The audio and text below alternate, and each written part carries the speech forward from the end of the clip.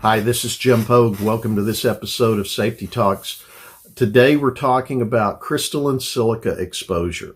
Now this sounds like something only somebody in a lab or somewhere exposed to chemicals would have any concerns about, but honestly, there's a lot of people in the outdoor industry that should be aware of what crystalline silica is. That's a mouthful. Crystalline silica is something that's found in soil, sand, granite, rock, and it has some of the same effects as what asbestos does when it's inhaled if it gets into the lungs.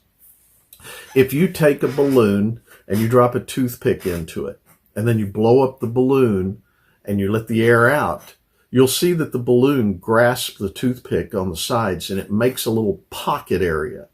That's what happens when these foreign particles get into your lungs, and that's how the body begins to try to contain it. It actually builds around it cells that take and hold it in place. Now, what is crystalline silica? Crystalline silica is something that's found in every kind of sand and every kind of rock, and anytime you pour or cut concrete, or you break rocks, or you even build a child's sandbox and you pour sand into it, you are now exposed to airborne crystalline silica.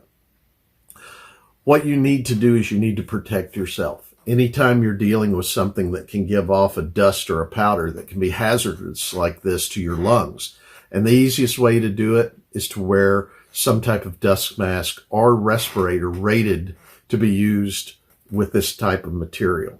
Now, if you do decide to use a respirator, you can't just go buy one and put it on. If you're an employer, you have to have a respirator program, which takes into account certain things such as the health of the person wearing the respirator, the length of time they're going to be required to wear it, whether they have high blood pressure. You have to do annual fit testing to make sure that they can get a proper seal between their face and that respirator. And most importantly, the biggest problem I've had enforcing a respirator program has been beards. You cannot have a beard or facial hair and effectively wear a respirator. I've had people argue and say, well, I'll put Vaseline on it to make the seal. It doesn't work. Heat, sweat, any type of skin moisture is going to break down anything that you use to try and make that seal. The only option if you're not going to use a respirator is a full encapsulation hood with positive supplied air. And no one in the billboard industry wants to do that. So with that in mind, be aware of what you're exposed to. Anytime there's a dust or airborne powder, you definitely want to take precautions to protect your lungs.